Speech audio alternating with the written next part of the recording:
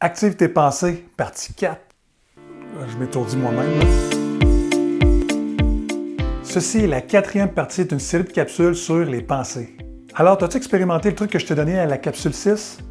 Sinon, là, va te promener. Puis si tu n'aimes pas ce que je viens de te dire, là, tu vas mieux comprendre, tu vas voir la capsule 6, tu vas voir la capsule 6. Puis tu vas comprendre que c'est un inside joke. La pensée créative ou latérale, c'est Édouard de Bonneau qui en a parlé pour la première fois.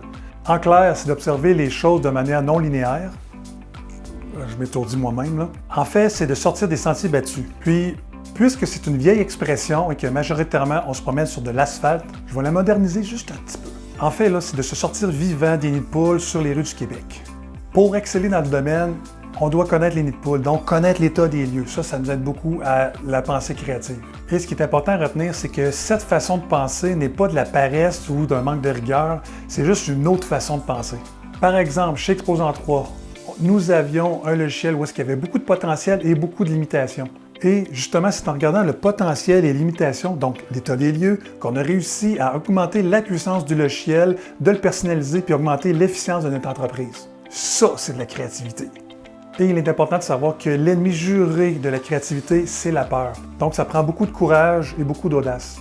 Et d'ailleurs, le courage, c'est d'avoir peur et de foncer quand même. Donc, si tu as peur de tes idées, fonce quand même. On ne sait jamais ce que ça peut créer. Utilise pleinement ton potentiel.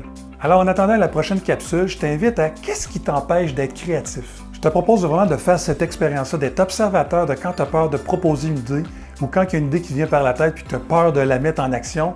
Qu'est-ce qui t'empêche de passer à l'action? Et si tu fais rien, je t'invite à mesurer les impacts de garder toute cette peur en dedans de toi. Et surtout, toute ta créativité. Je t'invite même à imaginer une vie sans ta propre créativité. C'est tout pour cette semaine. La semaine prochaine, on va parler de la pensée critique. Alors, bonne semaine. Ciao!